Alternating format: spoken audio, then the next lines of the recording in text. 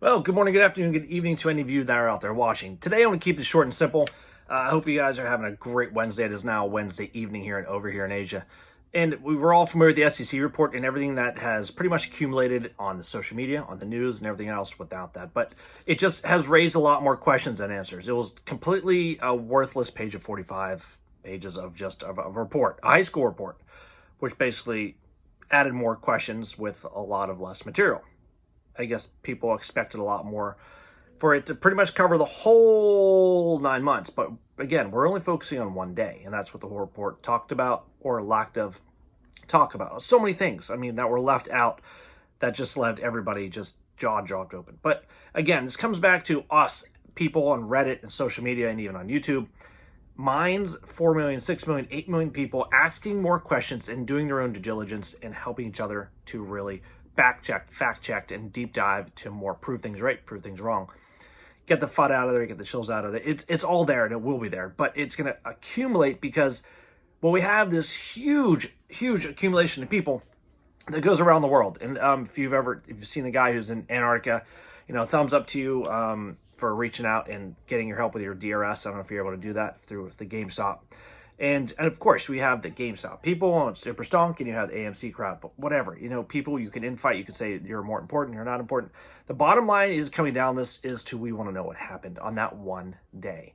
Why they take the buy button away. We want to know why and how. Will it happen? Will we ever know? We're not sure. Again, the tension that social media is putting on this is highlighting this more and more and more. And I love the video that was on with Charles Gasparino calling out the lady. I don't know if it's on CNBC or NBC, and she calls him daddy. And it was just epic because all of this is coming down and it's bringing more attention.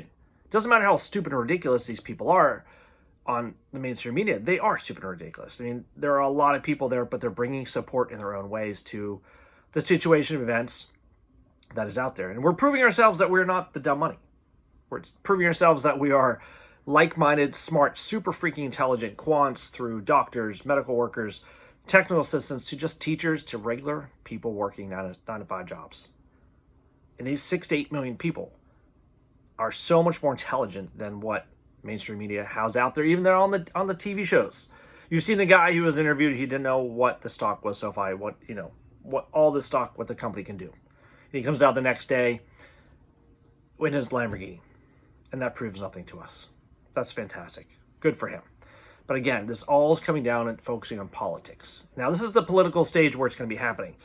This is where GameStop and AMC are going to be battling, doing their own in-house moving, shuffling things around. But we have to realize this has a political nature because Citadel has been paying millions and millions of dollars to all of those people, the lobbyists especially. This is where the politics have to come in there. So for the 741, if you're familiar with that on the SEC website, you're able to go there and lodge your complaint.